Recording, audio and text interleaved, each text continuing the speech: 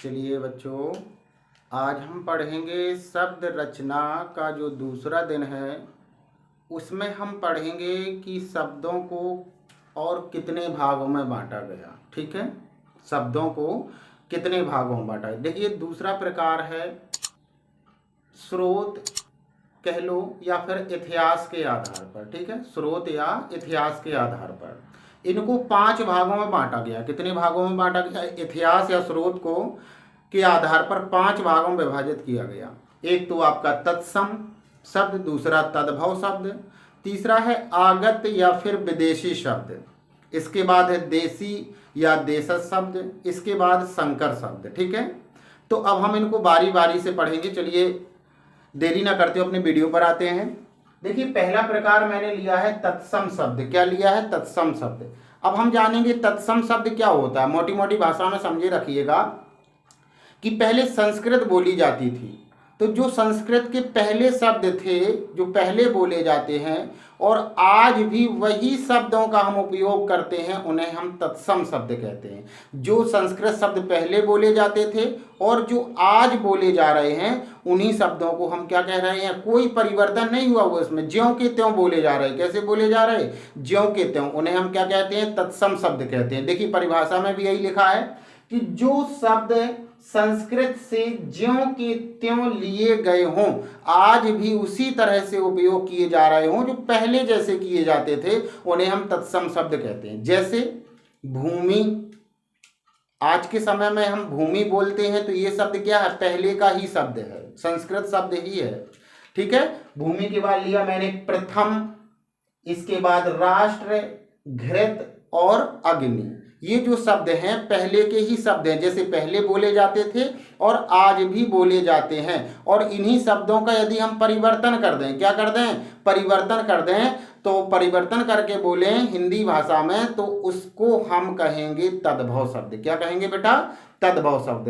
देखिए, तद्भव की परिभाषा क्या है कि संस्कृत से आए शब्दों से, जो ये संस्कृत के शब्द है ना, इनसे आए शब्दों से उत्पन्न शब्द, इन शब्दों से जो उत्पन्न शब्द होंगे जिन्हें हिंदी की प्रकृति के अनुरूप क्या कर लिया गया है? ढाल लिया गया है, परिवर्तित कर लिया गया है, बोलते बोलते इतना परिवर्तन हो गया है, तो उसे हम क्या कहेंगे? तद्भव शब्द कहेंगे। क्या कहेंगे? तद्भव शब्द। ठीक है, जैसे माँ, अब माँ को पहले क्या कहा जाता था? मात्र या जननी। ठीक है, ये जननी या मात्र ये पहले के शब्द हैं, तो इनको हम रखेंगे किसमें? तत्सम में। और माँ कह दें तो ये क्या हो गया? तद्भव हो गया। जैसे काम, तो काम क्या है? तत्सम या तद्भव? तद्भव है, क्योंकि काम को पहले बोला जाता था कर्म। क्या बोला जाता था?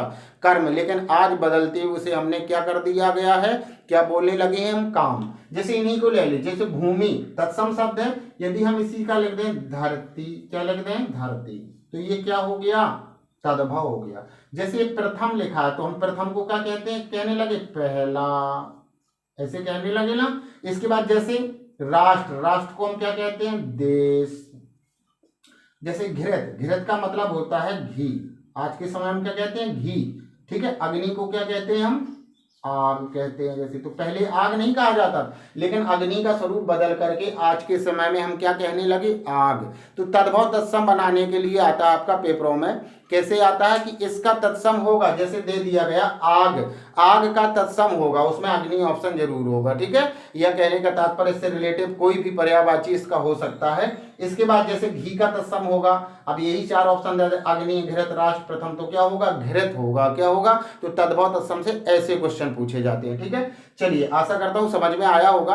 कुछ नहीं है, तत्सम क्या होता है? संस्कृत के वे शब्द जो पहले की ही भांति आज भी ज्यों के त्यों उपयोग करते हैं हम, वो तत्सम होते हैं। वो तद्भव क्या होता है कि संस्कृत के वे शब्द जो आज के समय उपयोग करते करते उनमें क्या हो गया? थोड़ा सा परिवर्तन हो गया। जो परिवर्तन हुआ उसी को हम क्या कहते हैं? तद्भव कहते हैं। ठीक है, चलिए तीसरा है आगत या विदेशी शब्द।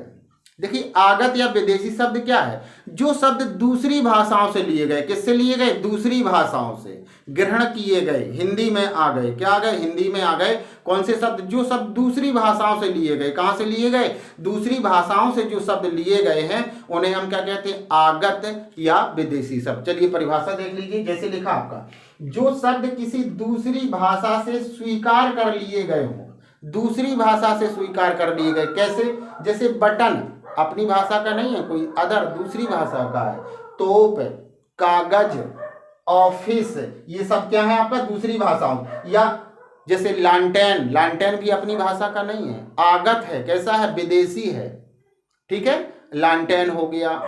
जैसे क्लर्क का उपयोग करते हैं, दवा कहते हैं हम, क्या कहते हैं, दवा, ये भी विदेशी या कह सकते हैं आगत है, दूसरे देशों से आया, दूसरी भाषाओं से उपयोग किया है। लालटेन हो गया, अस्पताल हो गया, दवा हो गया, ठीक है। और इसके बाद जैसे कहते हैं ना अदालत हो गया, कोर्ट हो गया, ये सब क्या है दूसरी भाषाओं से आए हुए शब्द। कैसे, जैसे कहते हैं कप्तान, क्या कहते हैं, कप्तान, तो क्या अपनी भाषा, हिंदी भाषा थोड़ी ना। कप्तान, कप्तान क्या है, विदेशी, आगत है, कैसा शब्द है, आगत है। क्लियर हो गई ये बात। चलिए आगे देखिए, मतलब सीधा सीधा जाने रखिएगा कि जो शब्द किसी दूसरी भाषा से आए, हिंदी में आए हुए हैं, उन्हें हम क्या कहते हैं, विदेशी या फिर आगत, ठीक है, शब्द कहते हैं। इसके बाद देखिए देशज, देशज, देश प्लस जा, यानी देश में जन्मा हुआ, जो अपने ही देश में जन्म हुआ हो, लेकिन इसकी उत्पत्ति का पता नहीं होता है कि कहाँ से उत्पत्ति हुई है, लेकिन देशी है वो, क्या है, तो देशी या फिर देशज शब्द। जैसे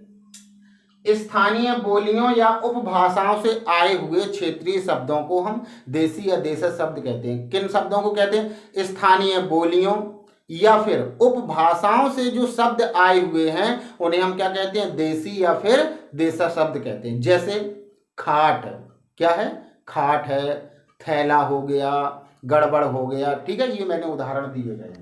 चलिए इनमें कुछ और उदाहरण देख लें। जैसे पेट, अपना कैसा है, देशी या फिर देशज शब्द। जैसे कहते हैं लोटा, ठेठ, टांग, ठीक है, ऐसे बहुत से शब्द है। जैसे पगड़ी, ये सब क्या है आपके देशज शब्द हैं। क्या है ये, देशज शब्द हैं। समझ में आया कि नहीं आया। तो कहने का तात्पर्य आपका कि जिन शब्दों का जन्म देश में हुआ हो लेकिन उत्पत्ति का उनका अता पता नहीं रहता है, तो ऐसे क्वेश्चन कई बार आया कि जिन शब्दों को उत्पत्ति का मालूम नहीं रहती उत्पत्ति जिनकी, तो वह शब्द क्या कहलाते, देशज। क्योंकि ये क्या होते, स्थानीय बोलियों या उपभाषाओं से ग्रहण किए गए हैं। तो स्थानीय बोलियों या फिर उपभाषाओं से आए हुए शब्द जो है वो क्या होते हैं, जो क्षेत्रीय शब्द है उन्हें हम क्या कहते हैं, देशज या देशी शब्द। अब देखिए संकर शब्द जानना है हमें। संकर, पांचवा जो अंतिम प्रकार है संकर शब्द। तो दो उपभाषाओं के मिश्रण से जो शब्द बनते हैं उन्हें हम संकर शब्द कहते हैं। क्या कहते हैं, दो भाषाओं या फिर दो भाषाओं के मिश्रण से, यानी एक शब्द अलग भाषा का हो, दूसरा शब्द अलग भाषाओं से हो, और इसके मिश्रण से जो शब्द बनेगा उसे हम क्या कहेंगे, संकर शब्द। संकर का मतलब ही होता है मिश्रण। क्या होता है, मिश्रण। चलिए देखेंगे इसका उदाहरण। जैसे मैंने लिखा छायादार, तो जो छाया है ये तो संस्कृत शब्द है। कौन सा शब्द है, संस्कृत शब्द है, ठीक है। इसके बाद दार जो है ये फारसी शब्द है। कैसा है, दार क्या है, फारसी शब्द है। जैसे मैं एक उदाहरण और आपको समझा रहा हूं। जैसे मैंने लिख दिया रेलगाड़ी, क्या लिख दिया, रेलगाड़ी, ठीक है। तो एक रेल शब्द है इसमें, रेल जो कि हिंदी शब्द है, नहीं अंग्रेजी शब्द है। रेल आपका क्या है, अंग्रेजी शब्द है, अंग्रेज से लिया गया, ये अंग्रेजी शब्द हो गया। और गाड़ी ये हिंदी शब्द है। क्या है, हिंदी शब्द है, ठीक है। जैसे मैंने लिख दिया पानदान, क्या लिख दिया, पानदान, ठीक है। तो पान जो है ये हिंदी शब्द है। क्या है, हिंदी शब्द है। प्लस दान जो है, दिख रहा भैया, हाँ, दान जो है ये फारसी शब्द है। कैसा है, फारसी शब्द। चलिए, तो इस तरह से आपने देखा कि स्रोत या इतिहास के आधार पर शब्दों को कितने भागों में बांटा गया। स्रोत या फिर इतिहास के आधार पर शब्दों को बेटा कितने भागों में बांटा गया, 5 भागों में। कितने भागों में बांटा गया, 5 भागों में। पहला प्रकार मैंने आपको बताया तत्सम शब्द। तत्सम शब्द एक नजर में देख लीजिए, 2 मिनट में केवल। तत्सम क्या शब्द क्या होता है, तत्सम शब्द का मतलब वह होता है कि जो संस्कृत के जो शब्द पहले बोले जाते थे, आज भी हम उन्हीं शब्दों का ज्यों का त्यों जब उपयोग करते हैं तो बेटा उसे हम क्या कहते हैं, तत्सम शब्द कहते हैं। ठीक है, तद्भव क्या होता है कि संस्कृत के वे शब्द जो हिंदी भाषा में आते आते उनके रूप में क्या हो गया है, परिवर्तन हो गया, उसे हम क्या कहते हैं, तद्भव कहते हैं।